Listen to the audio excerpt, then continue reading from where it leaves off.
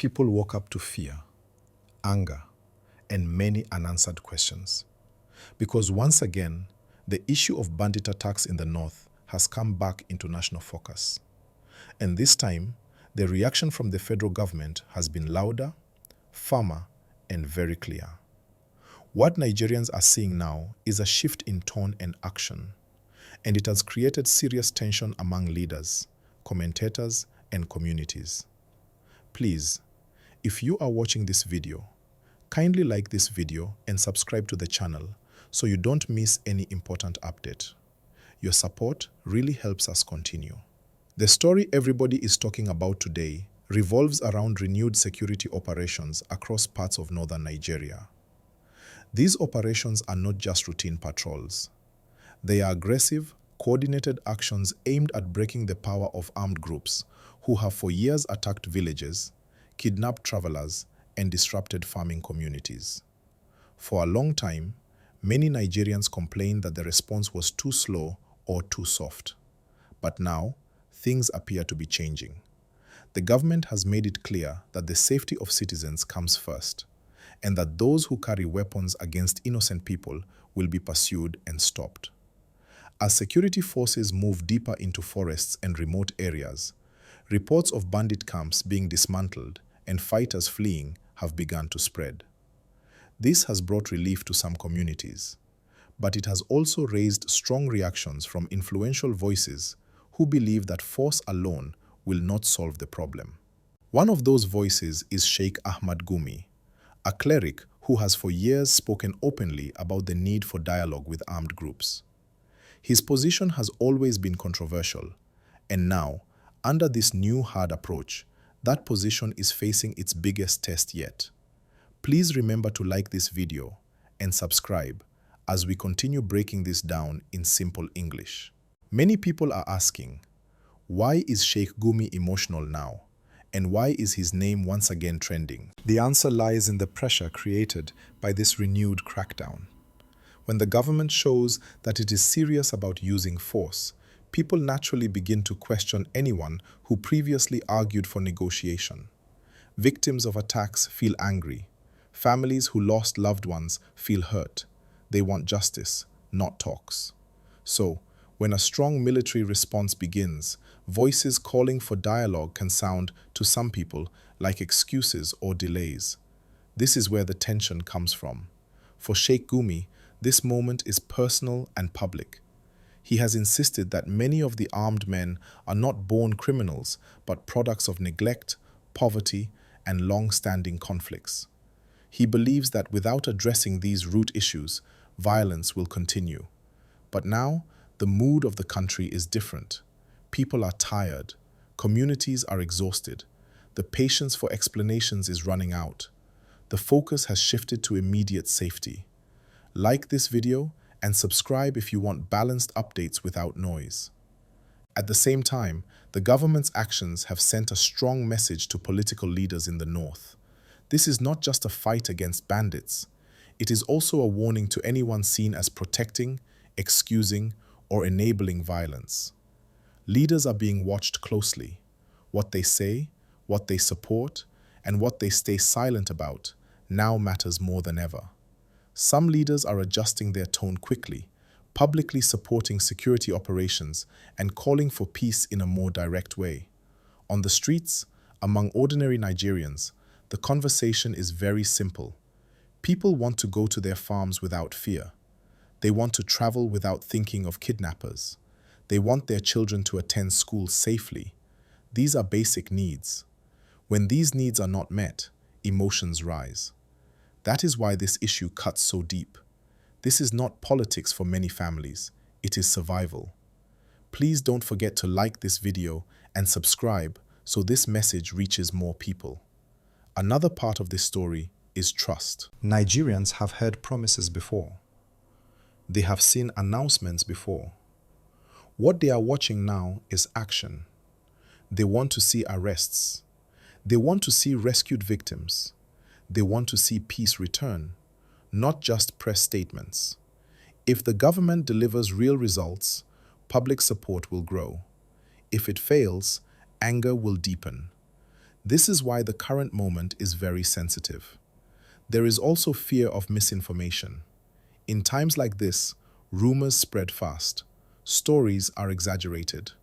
Some people push false narratives to create panic or to score political points. That is why it is important to stay calm, follow verified updates, and avoid sharing unconfirmed claims. Fear helps criminals. Unity helps communities. Like this video and subscribe for clear, calm explanations. As operations continue, the question remains, what happens after the guns go silent? Military action can stop attacks, but long-term peace requires more. It requires rebuilding trust between communities, fixing land disputes, creating jobs, and strengthening local governance. Without these steps, violence can return in another form. Many experts agree on this, even if they disagree on the timing and method. For now, what is clear is that the government has chosen a firm path. Bandit groups are under pressure. Influential voices are under scrutiny. Northern leaders are being challenged to show where they stand. And Nigerians across the country are watching closely, hoping this marks the beginning of lasting peace. Please, like this video and subscribe if you want us to keep following this story closely. So let me continue clearly and calmly, because this part is where the story becomes deeper and more sensitive, and you need to understand it very well. Please, as you keep watching, remember to like this video and subscribe to the channel so more people can hear this explanation in simple, clear English. What is happening now is bigger than one man, one cleric, or one region. It is about power, responsibility, and the limits of patience. For years, Nigerians have debated how to handle insecurity. Some said talk, some said force, some said combine both. But when attacks continue and innocent people keep dying, the balance of opinion shifts. That shift is what we are seeing right now. Bola Ahmed Tinubu has made it clear that his government wants to be remembered as one that restored order and protected lives. That is why this security push is happening with urgency. It is not just about clearing forests, it is about sending a signal that the state is present and serious. When the president speaks firmly, agencies move differently. Orders are taken more seriously. That is the reality of power. Now, when power moves, reactions follow. Sheikh Ahmed Gumi has never hidden his views. He has spoken openly in interviews, lectures, and public discussions. He believes dialogue can save lives. But in a moment like this, where emotions are raw, his words are being judged through the pain of victims. Many people are no longer listening to explanations. They are listening to results. This is why you hear people saying, "Enough talk." For families who lost loved ones, dialogue sounds distant. For mothers whose children were taken, patience sounds unfair. That anger is real, and it is powerful.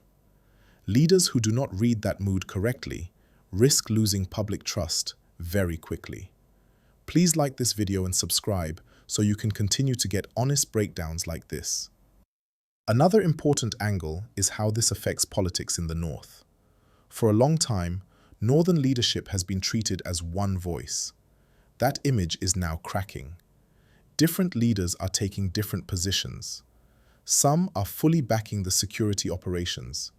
Others are cautious. Some are silent. Silence itself is now being questioned. In times of crisis, silence can look like approval or fear, even when it is not. This is why people say some leaders are being cut to size. It does not mean humiliation, it means accountability. The public wants to know where their leaders stand. Are they standing with victims or with excuses? Are they helping security agencies or confusing the conversation? These questions are being asked quietly and loudly at the same time. Let us also talk about the security forces themselves. They are under pressure too. Nigerians want results, but they also want fairness. Communities want protection, not punishment. Any operation that harms innocent people can quickly turn support into anger. So security agencies must act carefully, professionally, and with discipline. This balance is difficult, but it is necessary. Like this video and subscribe if you believe security and human dignity must go together. Now, let me say this very clearly. This is not a religious issue, and it should never be framed that way. Criminality does not have a religion. Violence does not have a tribe. Once we forget this, we fall into division, and division helps criminals. Nigerians must stay focused on the real enemy, those who use violence to destroy lives and communities. Social media has made this harder. Short clips, emotional headlines, and half-truths spread faster than facts. Some people benefit from chaos online. That is why you should always pause before reacting. Ask questions, seek clarity, support responsible voices. And yes, please like this video and subscribe so we can keep giving context, not confusion. As days pass, more outcomes will become clear. We will see whether arrests increase.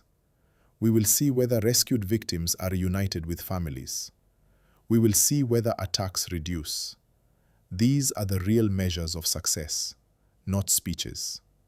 Nigerians are watching closely, and patience is limited. For Sheikh Gumi, this period will define how history remembers his role. Will he adjust his message? Will he step back? Will he be invited into a structured peace process? Or will he be sidelined by public pressure? These are open questions. What matters most is that any path chosen must respect victims and uphold justice. For the government, this is also a test. Strong action must be followed by lasting solutions. Jobs, education, local security, and fair governance must follow military success. Without these, peace will not last. Force can stop violence, but only development can prevent its return.